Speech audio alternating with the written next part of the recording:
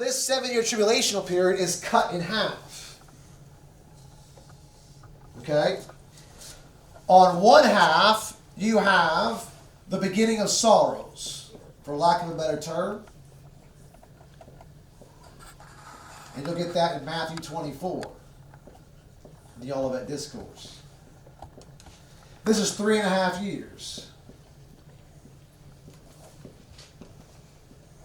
Over here, you have what's referred to as the Great Tribulation.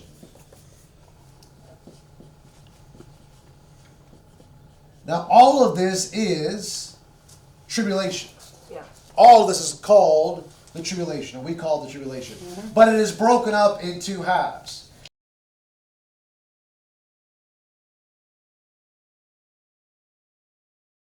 I believe 7.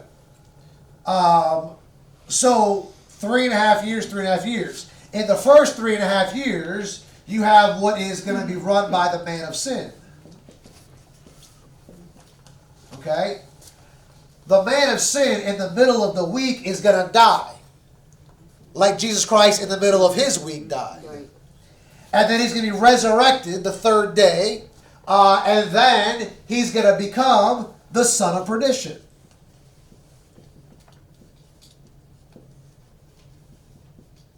He says he goes into perdition.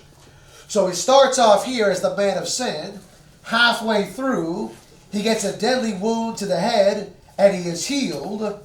It could be a self-sacrifice, like he's going to die as a martyr. He's going to die for the people, for the land. He'll allow himself to die, like Christ died willingly. He'll lay himself down, kind of a thing. I don't think you can take him by surprise. No. So I think it might be a sacrifice, and then he'll resurrect and they'll be like, this is the Messiah. But he could also die in battle. I don't know for sure. Either way, he dies, and he goes down into the heart of the earth like Christ did. He goes down into perdition, and then after the 3 or 3.5 days, whatever it is, he comes out. And the spirit that was down here enters into the body that was here, and the soul of Satan that was up here comes down. And so you have body, soul, and spirit all united for the last 3.5 years. And that's called the Great Tribulation. Okay? So this is sort of what you're dealing with Judas. Judas, for the first 3.5 years, if you will, was the man of sin. Satan enters into him at some level. He enters into Judas Iscariot, and he becomes the son of perdition.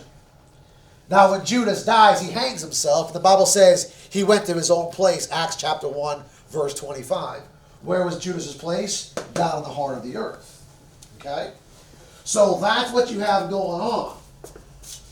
So in Revelation, chapter number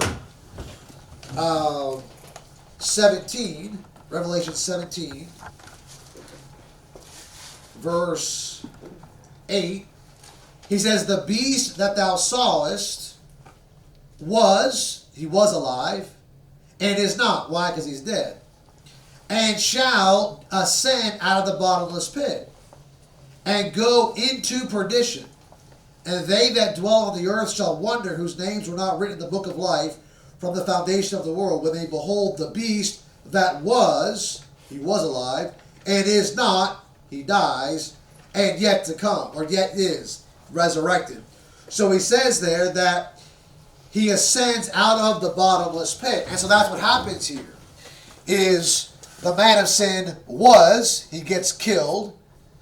He is not because he's dead, but he will be once again. He goes into perdition.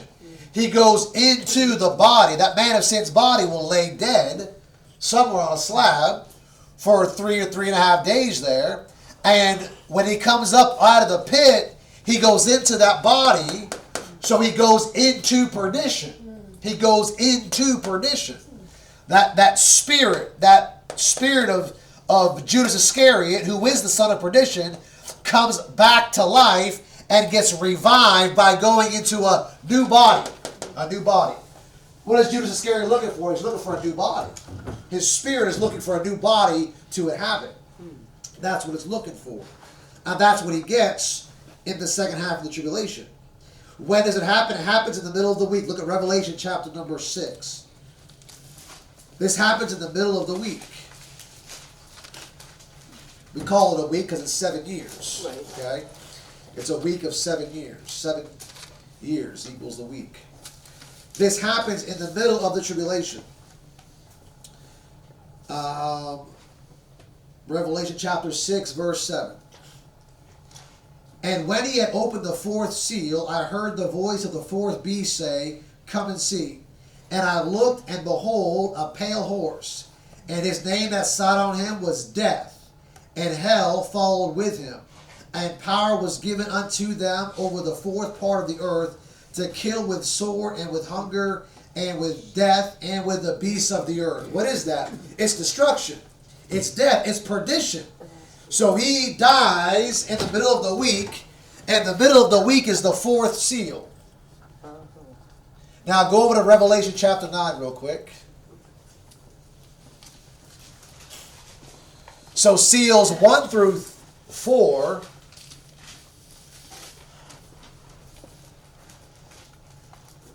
Seals 1 through 4 all happened within the first half of the week. In the middle of the week, the fourth seal is open. When that fourth seal is open, death and hell come out of the bottomless pit and go into perdition. And I think it says there, a fourth part of the earth. It's a lot of people. Yeah. A lot of people. Revelation chapter number 9 says this. And verse 1, And the fifth angel sounded, and I saw a star fall from heaven unto the earth. And to him was given the key of the what? So remember what Revelation 17 says. The beast ascends out of the bottomless pit. Right? So the fifth angel sounds, and unto this angel he's sounding with a trumpet, by the way. This is the fifth angel with the fifth trumpet. He's given a key to the bottomless pit, and he opened the bottomless pit. And there arose a smoke out of the pit, as the smoke of a great furnace, and the sun and the air were darkened by reason of the smoke of the pit. So when does death and hell come out? The fourth seal.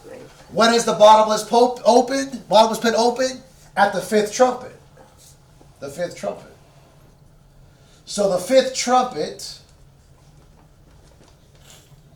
and the fourth seal all happen around the same exact time. Which means trumpets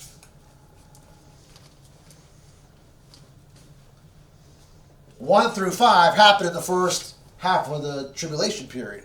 Seals 1 through 4 happen in the first half. When the fifth angel sounds with that fifth trumpet, it's at the time where the bottomless pit is opened. And when the bottomless pit is opened, death and hell come out of it. And what do? They go off into perdition, death and destruction. All of these mutants begin to come out of the pit. All this stuff happens all in the middle. The middle of the week is a busy week. You think your Wednesdays are busy. This middle of the week, this busy Wednesday, is going to be hell on earth, literally. Okay? So that's what you got going on with Judas Iscariot becoming the son of perdition. Judas's spirit will come out of the bottomless pit and will go into the body of the man of sin. It will be the soul of Satan entering into the body of the man of sin.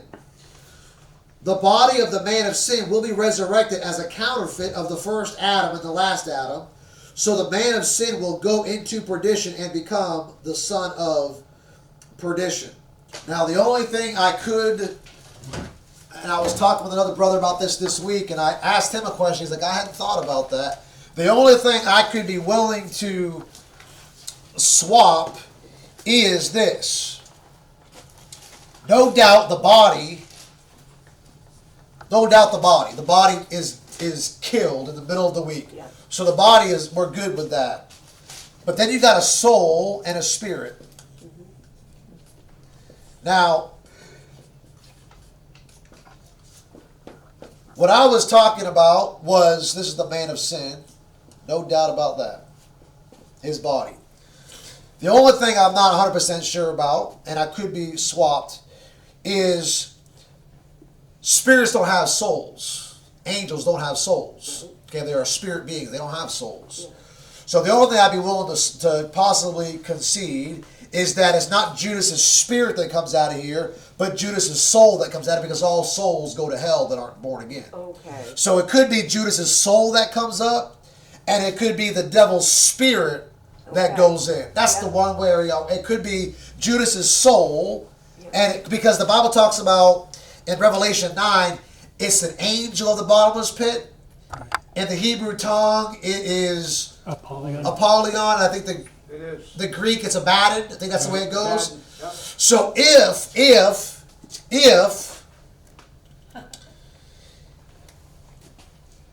there's an angel that comes out of the bottomless pit, and he's the king over the pit, all angels are spirits. Does that make sense? Yep. So if it is an angel that comes out of the bottomless pit, then it's quite possibly the spirit of the devil coming out, the soul of Judas coming out, and it is the body that they enter into. Does that make sense? Yes. I have always been taught soul of Satan, spirit of Judas, but I'm starting to rethink that it might be the spirit of the devil, because he is a spirit. Yeah. That's what I think. He's called the angel of light, right? Yeah. He was a cherub, but I wonder if he lost that cherub status and fell to the angel status. I'm not 100% sure on that. Again, some of these things are speculative. They're not dogmatic. But I do believe that Judas, a part of Judas, enters into the man of sin. Yes. Because he's the son of perdition. Judas was called the son of perdition. So he has a part in that. And no doubt the devil has a part of that. And no doubt a human body will be used to, put it all together.